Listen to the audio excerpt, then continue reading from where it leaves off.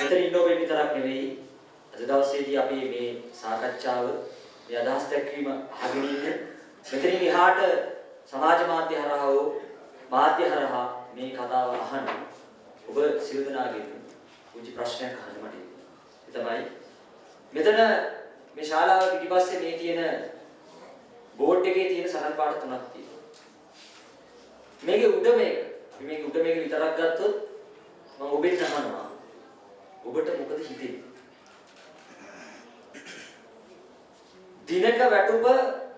දිනක මූලික වැටුප රුපියල් 2000ක් කරනවා. මම ඔබෙන් ආය අහනවා. ඔබට මොකද හිතෙන්නේ? අපි කියන්නේ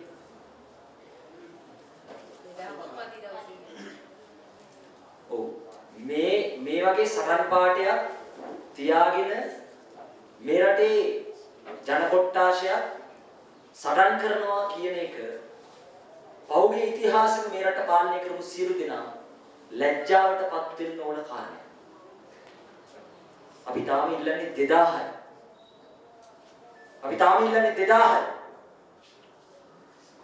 ඉතින් බලන්න අපි කොතනද ඉන්නේ? 2014 අවුරුද්දේ ඔක්තෝබර් මාසයේ 29 වෙනිදා මීරිය බැද්ද වතු නිවාස පද්ධතියක් එක්කම මීරිය බැද්ද නායකයන්ට ලක් වෙනවා. 37 දෙනෙක්ට ජීවිතය අහිමි වෙනවා.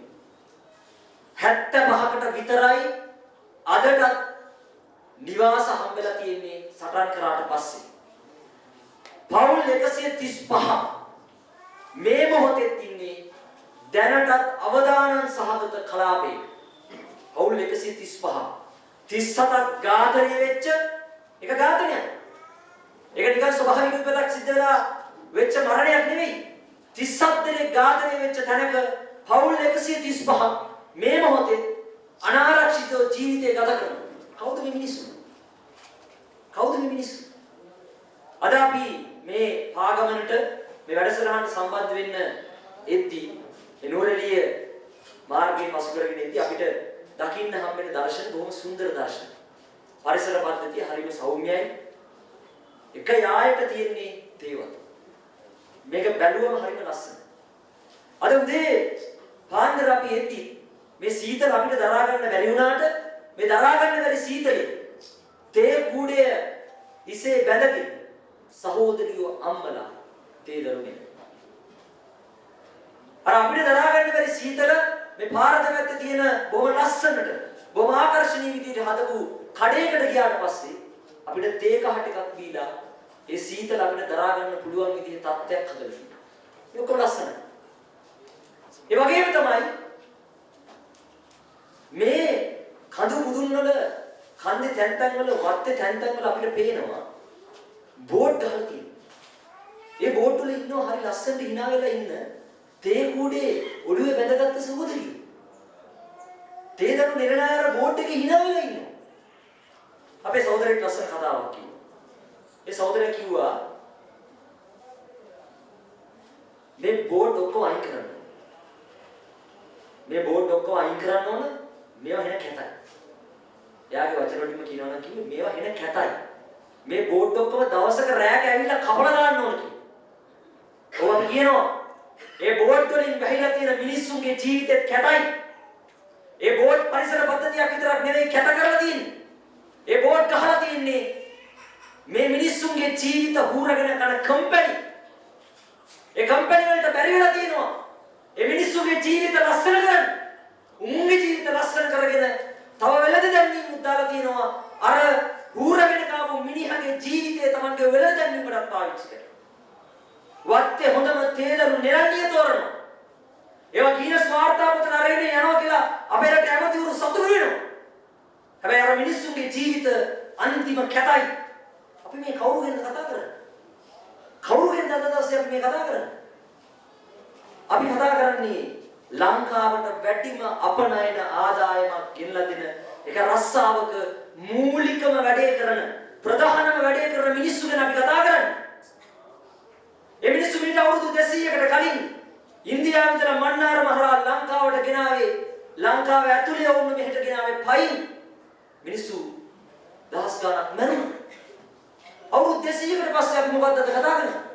අවුරුදු 200කට පස්සේ ලංකාවට වැඩිම අපනයන ආදායම් ගෙන එක රස්සාවක මිනිස්සුන්ට නිවාසයක් නැහැ. මේ ජනතාව නිවාසයක් නැති ජනතාවක් තමයි ලංකාවට වැඩිම විදේශී විනිමයක් කියන්නේ. ඇඩ්‍රස් එකක් නැති ජනතාවක් තමයි ලංකාවට වැඩිම විදේශී විනිමය කියන එක රස්සාවක නිරතයි. මේ මිනිස්සුන්ට අදටත් තමන්ගේ කියලා බිම්මගලක් නැහැ. ඒ විතරක් නෙවෙයි.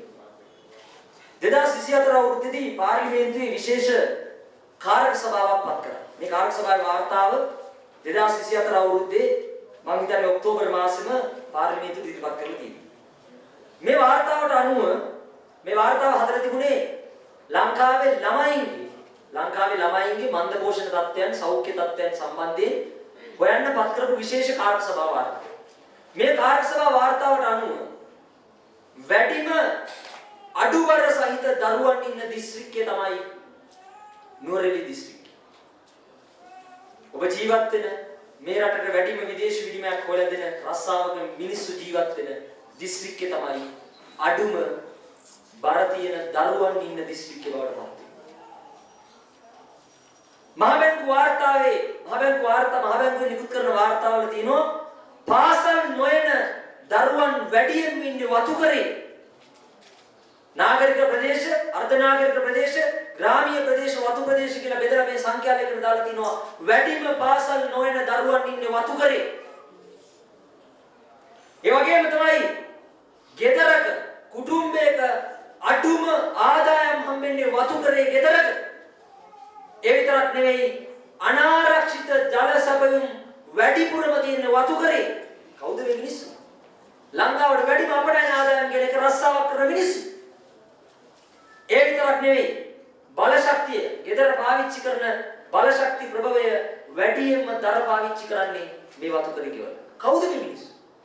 ලංකාවට වැඩිම අපනයන ආදායමක් ගෙන එක රස්සාවක මිනිස්සු. අද මේ මිනිස්සු ඉල්ලීම් බවට පත් වෙලා තියෙන්නේ මොනවද? වතුකම් කරුවන්ගේ දෛනික වැටුප රුපියල් 2000ක් කරන මාසික වැටුප් ක්‍රමයක් හදන්න. වහල් ක්‍රමේ නවත්තන්න. ලයින් කාමරේ අපිට ගියක් දෙන්න. අපිට ඉඩමක් දෙන්න. අපේ දරුවන්ට පාසල් යන්න ඒ පාසල් පද්ධතිය හරියට හදන්න. ගුරු හිගේ නැති කරන්න.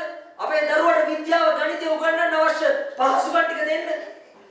අපිට වෛද්‍ය පහසුකම් ගන්න තියෙන මධ්‍යස්ථාන ටික ජාතික සෞඛ්‍ය පද්ධතිය එකතු කරන්න. දැන් සහෝදරුනි අපි කොතරම් සත්‍ය පැවසුවත් අපි ජීවත් වෙන සමාජයකට ඒ සත්‍ය තරම් වැදගත් වෙන්නේ ඒ සත්‍ය පිළිගන්නේ. දැන් මිනිස්සු ගොඩක් අහන ඔයගොල්ලෝ ඇත්ත කතා කරනවා නේද? පාද අපි අහනවා ඔයගොල්ලෝ අරගලේදී මෙහෙම කිව්ව නේද? මෙහෙම කතා කරා නේද?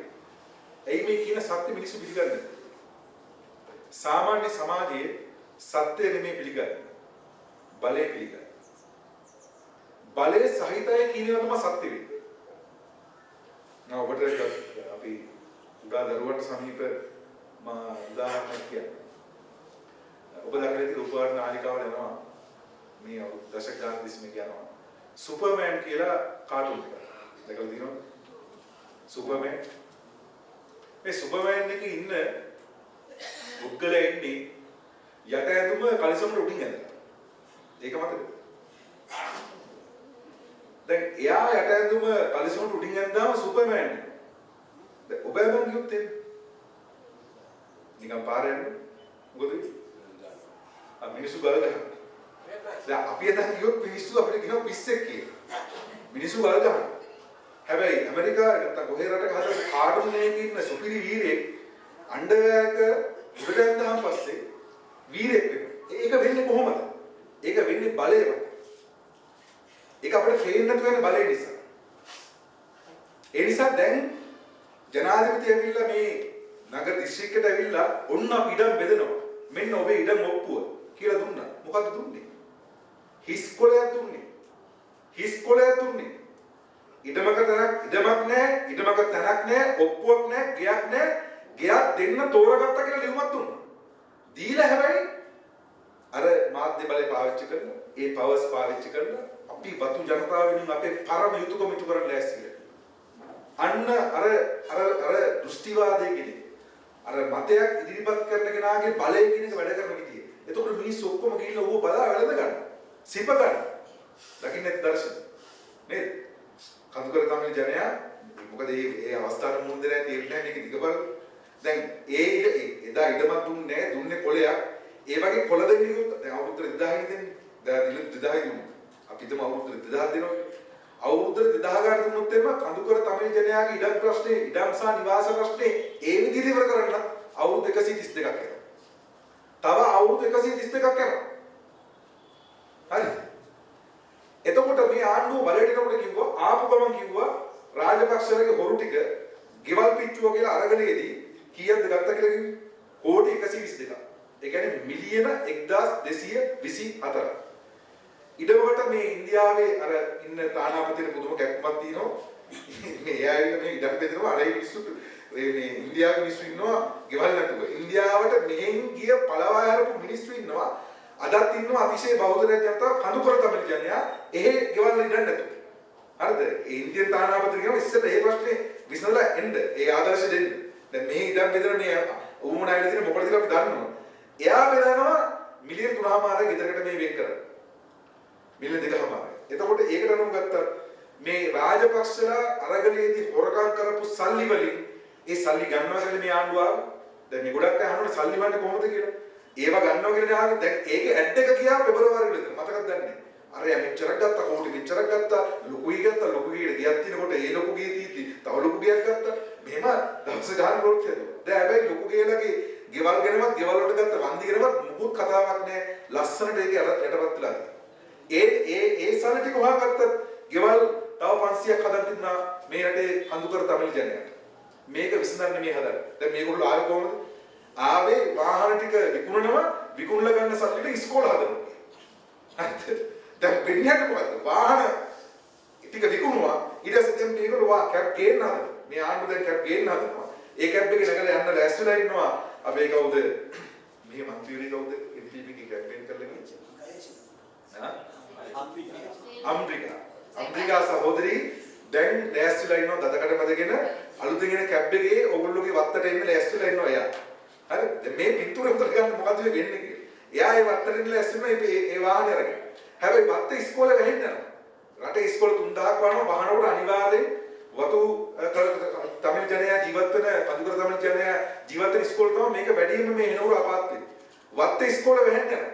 මේගොල්ලෝ කිව්වේ වාහන විකුණලා ඒ සල්ලි වලින් ගෙව ඉඩ ඉස්කෝල හදනවා. ද වෙන්නේ ඉස්කෝල වාහන. වාලා මේ විතර දෙක කරන්න යනවා. හරිද? එතකොට හොඳට කල්පනා කරලා බලන්න මේක විසඳන්නේ මේ යන්නේ. හරි විසඳන්නේ කොහොමද? අපි කියන මේ ප්‍රශ්න දෙක විසඳන්න.